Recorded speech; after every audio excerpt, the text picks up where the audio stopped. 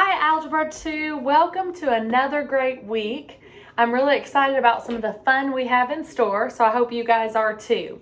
So we're going to jump right into lesson 28 and take a look at some complex fractions. Now I know when you hear the word complex, you're probably panicking thinking, oh no, is this going to be tough? But it's not really. They are a little bit more complex than what you dealt with in Algebra 1, but isn't that true for everything in Algebra 2? So you've already laid the groundwork for fractions and what to do with them, but with complex, it's just more simplifying. So it's actually not as scary, I think, as it sounds. It's just trying to make them easier to work with. So one important thing that it talks about, it says the denominator and the numerator of a fraction may be multiplied by the same non-zero quantity without changing the value of the fraction. Now we understand that to make equivalent equations, as long as we distribute it fairly to everything, then it's still equivalent. So that's what we're looking at with our complex fractions, is just making them simplified by making an equivalent equation. So we're starting out on page 128. And some of those fractions just look absolutely frightening. But when you remember that when you're dividing, if it's a fraction divided by a fraction, that fractions are just another way to write division. So when you remember the whole keep, change, flip, do you all remember hearing that?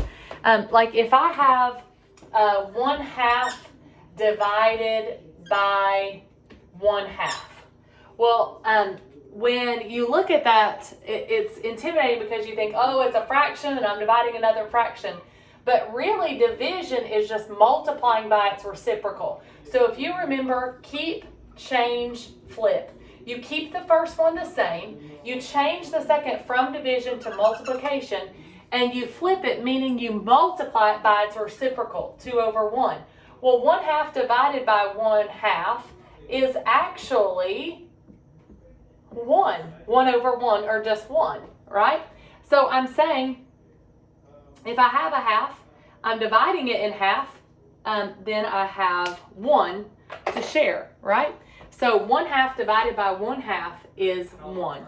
So keep, change, flip. Well, if I understand that, then I can understand how to work with these. Now, your book also shows you how to rationalize a denominator. A rule in algebra is I can never have a radical symbol in a denominator. So that's a really important rule as well. So we're going to be working on both of those. So let's take a look at our first practice problems and we'll do those together. So I've got m over p, and that whole thing is divided by z plus x over p. Now that looks really intimidating. Now your book actually teaches you that to get rid of it, you can just multiply through by p, and that's what your book actually does and sets it up. One thing I want to point out to you, you could rewrite m over p, and if it's divided by z plus x over p, it would be the same thing as m over p times p over z plus x. Now, that's keep, change, flip.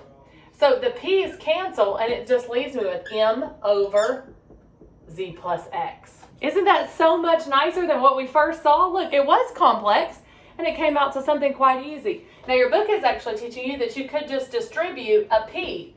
If I multiplied this top by p, that would cancel out. This one would cancel out and just leave me m over z plus x. One important rule is if you're dividing two fractions, if the denominators are the same, then it's just the numerator over the denominator. Isn't that interesting? All right, neat little tidbit there. All right, let's take a look at B. B says, and let me erase this since I kind of took a lot of room there. All right, so I was looking for a different color. I thought I had a different color up here, and I don't see it. I'm notorious for walking around and putting my my expo markers different places. I don't know if y'all do that, but I surely do a lot. All right, so letter B says m over x plus y divided by z over x plus y. X plus y. All right. So again, you can rewrite it the way that I showed you, m over x plus y divided by, or you could even just skip that step and say multiply and then flip these two, x plus y over z. Well, since this is the same and the same, they cancel out in grouping, so it's just m over z is my final answer. How much more simplified is it? I love that.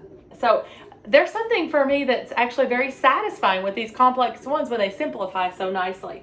Now let's take a look at the next type of problems, letter C, 4 over 3 square root of 2. Now, a square root symbolizes that it's not simplified. Square root of 2 is not a precise number. So in algebra, we can't just round it because we want it as precise as possible. You know, there are certain numbers that we want as precise as possible. But in algebra or mathematics in general, we should never have a radical symbol in the denominator. It's kind of like bad math, right? You can't leave it. So we call it rationalizing the denominator. You should never have a radical symbol in the denominator. So in order to get rid of the radical, we multiply it by whatever it is. But remember, we keep it equivalent. But by multiplying it by the same thing, I'm making a perfect square. Because square root of 2 times square root of 2 would be square root of 4, which is a perfect square, right? And before we had talked about if I have a 2 and a 2, that's a match. It's a perfect square. I can take it out. So I would just say square root of 2 times square root of 2 is square root of 4. Square root of 4 is 2 whole. So it cancels out and it leaves me with 6 now in my denominator because I already had 3 whole. So 3 times 2 is 6. Now I've got 4 square root of 2. Now you should always reduce if there's anything you can. And 4 and 6 are both even, so we can divide them by 2. Now I know your mind is saying, well, isn't 2? But I can't reduce a radical by a whole number, only the outside. So I'm going to divide both of them by 2. So my final answer is 2 square root of 2 over 3. And now that's proper because I have no radical symbol in the denominator. So this is the precise answer. It's I've not rounded it. I've rationalized it. So that's very important. That's page 129, and that's letter C. So those are all of your practice problems. We actually did all 3 for lesson 28. So I hope that's an encouragement to you. Now let's talk about lesson 29. Lesson 29 is uniform motion. Now one thing to know about uniform motion is if they're both going the same distance, what a difference that makes. So we talked about that before, that they're either both going this way or one starts out this way, one starts the other, and they go the same direction. So your book kind of shows that in uniform motion problems. And we'll do quite a bit of these this year, so I hope that you're starting to feel a little bit more confident and a little more comfortable with them. So we looked at some of those uniform motion before, and we know that the important formula that we need to remember equals distance equals rate times time. Those are very important. Distance equals rate times time. Now your book also shows that if they give you the total distance, that 2 go together, like distance 1 and distance 2 equals the total, or they equal each other. All right. So your book gives several examples on page 132 and the top of page 133. And then we jump right into the practice problems. So I would encourage you to pause this video and take a few moments just to read through some of the example problems, because a lot of times that gives you more clarity of mind and thought as you're trying to figure out how to solve and set up some of these. All right, I'm big on drawing a visual, so it kind of helps me. So in our practice problem, it says at 1, Chester left the roundup and began, so at 1, Chester left and began his 66-mile trip to Dodge City. All right, so at 1 p.m. Now, at 2 p.m., so this is Chester, right? At 2, so that's an hour later, at 2 p.m., Marshall Dillon left Dodge City to meet Chester, all right? So they're one starting here, and one left Dodge, right, to meet, all right? So his name is Marshall, right? It says Marshall Dillon, but we'll just put Marshall, all right? Okay. Marshall's speed was twice that of Chester's, and they met at 9. How fast did each man ride? All right, so we know that Chester, whatever the amount, now they met at 9 p.m., all right? So let's think through. If he started at 1 and he started at 2 p.m., right? And they met at 9. All right, so if he started at 1, we'll count time. So he started at 1, 2, 3, 4, 5, 6, 7, 8, 9. So Chester traveled for 8 hours. So time for Chester equals 8 hours. But we know that so the time for Marshall is going to be 7 hours because he left at 2, so it's 1 less, right? So we figured out the time. All right, now we know the total distance they went was 66 miles, right? So distance of Chester and distance of Marshall together, distance of Chester plus distance of Marshall equals 66 miles. So we know that their total distance equals that, right? All right, now let's see what else we're missing. So at 1, they left and began at 2, Marshall left. Now, Marshall's speed was twice that of Chester's, and they met at 9 p.m. How fast did each man ride? All right, so we don't know their speeds, but we know that distance equals rate. So the rate of Chester equals Dillon's speed is actually going to be double. So 2 the rate of Chester's equals 1 rate of Dillon's, right? Because it says that, or Marshall's, I'm sorry. Marshall has 2 names, says he, Marshall Dillon. So we're just putting M for Marshall, right? All right, so it says that Marshall Dillon's speed was twice that of Chester. So if I multiply Chester's by 2, I'll get Marshall. So I need to make sure I set it up properly, all right? So their distance equals 66 total, and then I need to solve it. So I do know the time, right? So I know that distance equals rate times time. So I can plug in what I do know. So if distance equals rate times time, then I can put the rate of Chester times the time of Chester plus the rate of Marshall times the time of Marshall together is going to be 66, right? Now, I know that the rate of Chester, I don't know. The time of Chester I know is 8. So I'm going to say 8 times the rate of Chester plus the rate of Marshall is 2 RC because the rate of Marshall is 2 RC. And then the time of Marshall is 7 equals 66. So now I can work that out. And I'm getting too close to the bottom, so I hope you all can see that. That's 8 RC, 8 the rate of Chester, plus 14 the rate of Chester equals 66. So 8 plus 14, both of them are RCs because remember we used substitution that RM equals 2 RC. So 14 plus 8 would be 22 RC equals 66.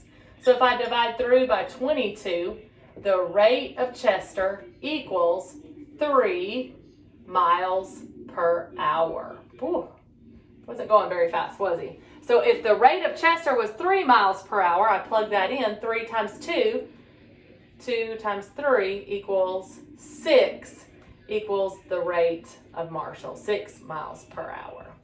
All right, so how did I do that? Well, I worked through what they gave me, that I knew that I didn't know the exact amount each one went, but I knew the total distance was 66.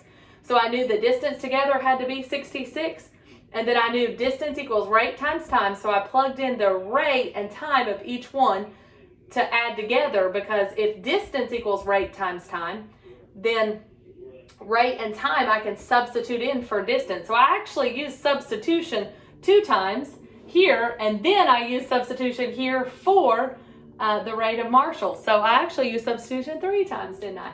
So it's all thinking through what you know. I'm a very visual person. So looking at this and knowing, okay, he left at 1, they met at 9, that was 8 hours. He left at 2, they met at 9, that was 7 hours, right? We counted it out, but you could have easily subtracted 9 minus 2 is 7, right? All right. I hope that is not intimidating for you guys. Lesson 29 is more on our uniform motion, so very important. Now, lesson 30, let me erase this. Lesson 30 is about deductive reasoning. If I know this and I know this, therefore this, then it has to be this, right? So using the deductive reasoning, you know, there's a lot of math in our world around us that you can easily use to, if I know this, that reasoning process we see a lot in math, but that's also going to be true in life. So that's why it's so important that you learn these basic reasoning skills in our math classes. So deductive reasoning, it talks about major premise and a conclusion. And that's very important for scientists, for mathematicians.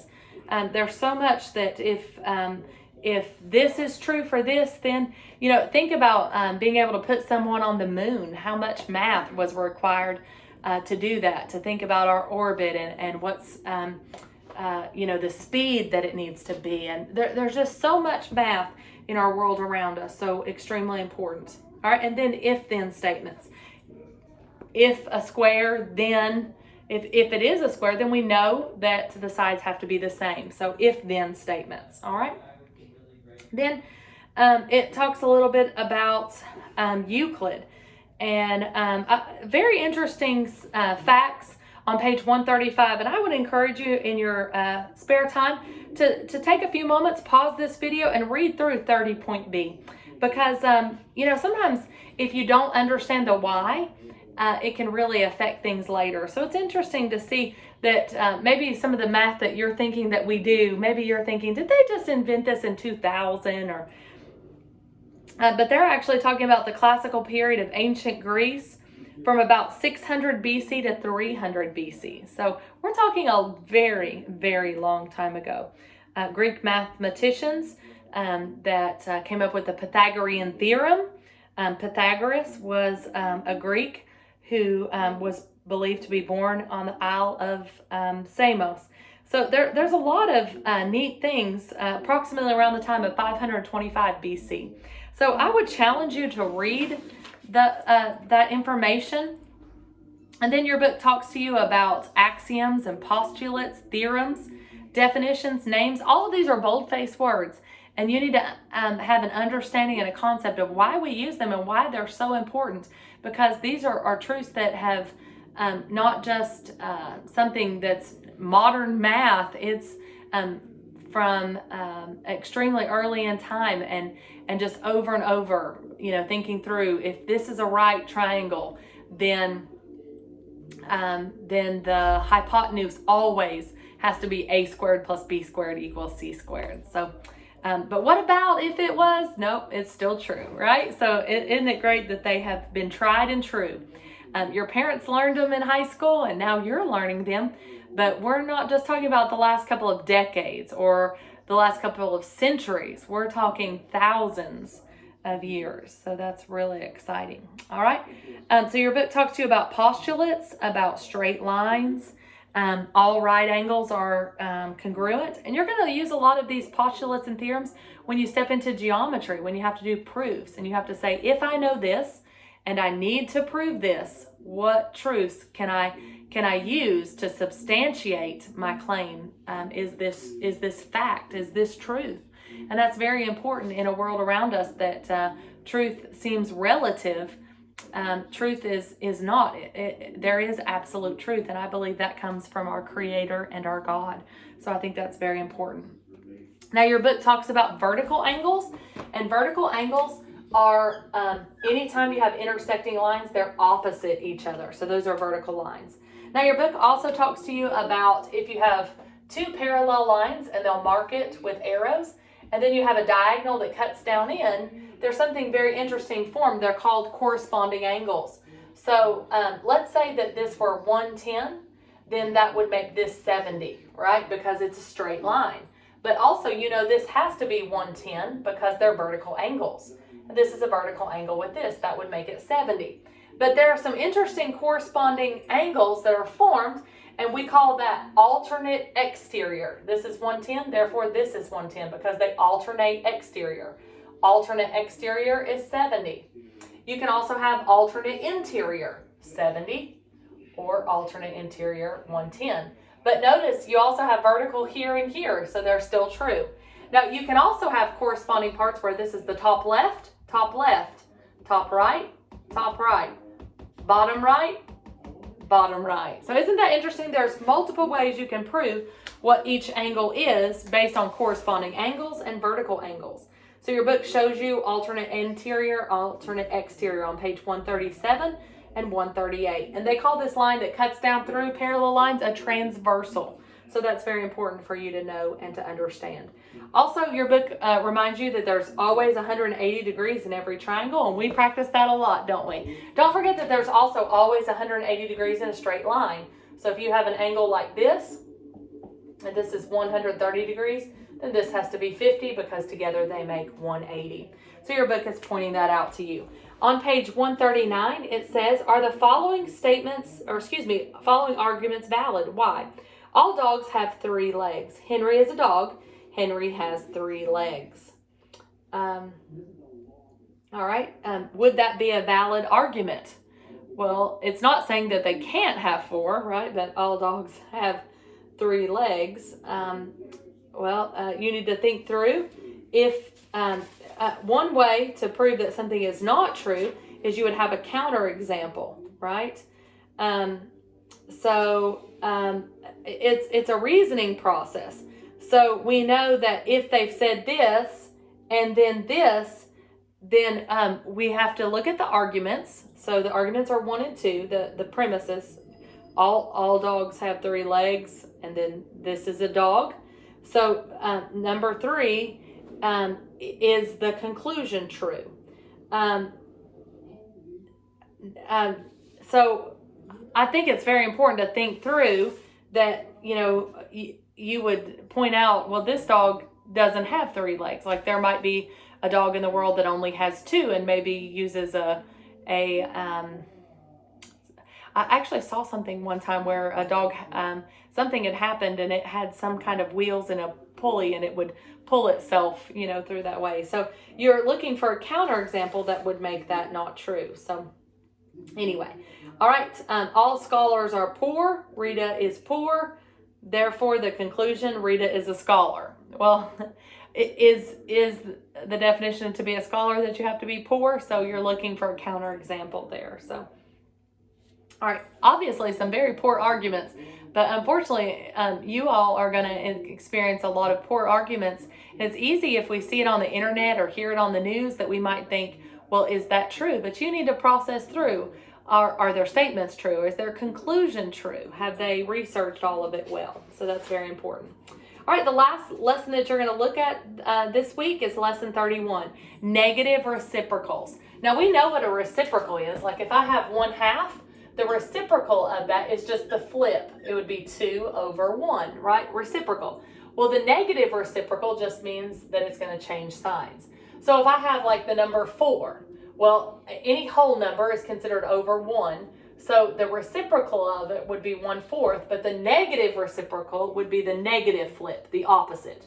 So let's say that I have negative 7/3. Well, the negative reciprocal, you flip it 3/7, but since it was negative, it becomes positive. So the signs are always going to be the opposite on a negative reciprocal, and then it's just the flip.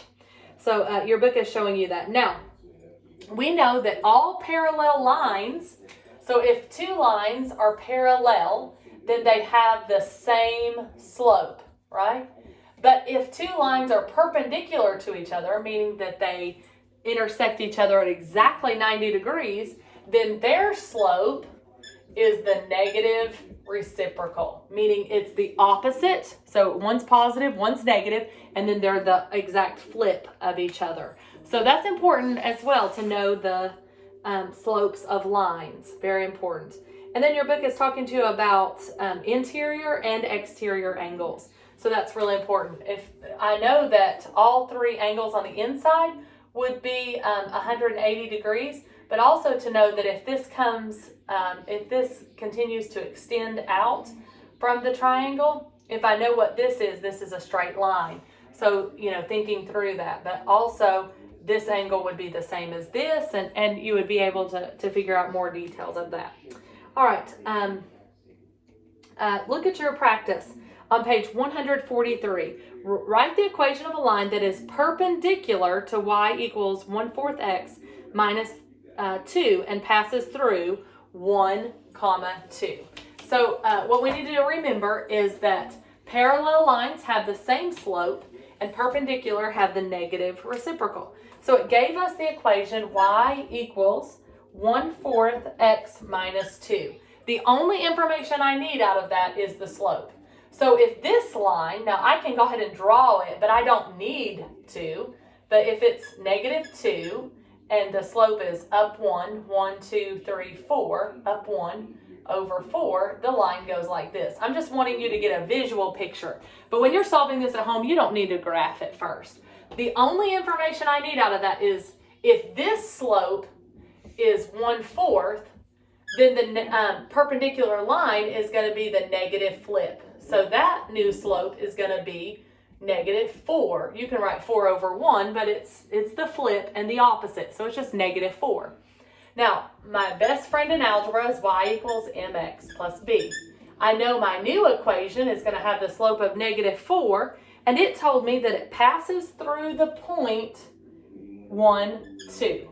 So I'm going to plug in x and y. Be careful because x comes first, but down here y comes first. So 2 equals 1 plus b. So 2 equals -4 plus b. I'm solving for b. I'm adding 4.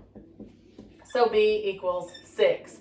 Now my new equation, y equals -4x plus 6. All right. So if I'm to graph that, 1, 2, 3, 4, 5, 6, and then it goes down 4, 1, 2, 3, 4 over 1. And that is the 90-degree. All right, and you don't have to do any of this. All the work you had to do was just right here, but I want you to visualize so you can see that if they're perpendicular, they're just, the slopes are the negative reciprocal or negative flip, same thing. All right, that's all the practice problems you have in that lesson. So I hope you guys have a great week, and I hope you're encouraged to know about reasoning and some of the processes that you'll be doing in math to think through if I know this, and then drawing accurate conclusions. So these are great life skills. Well, I hope you guys have a great week, and I look forward to seeing you next week. God bless.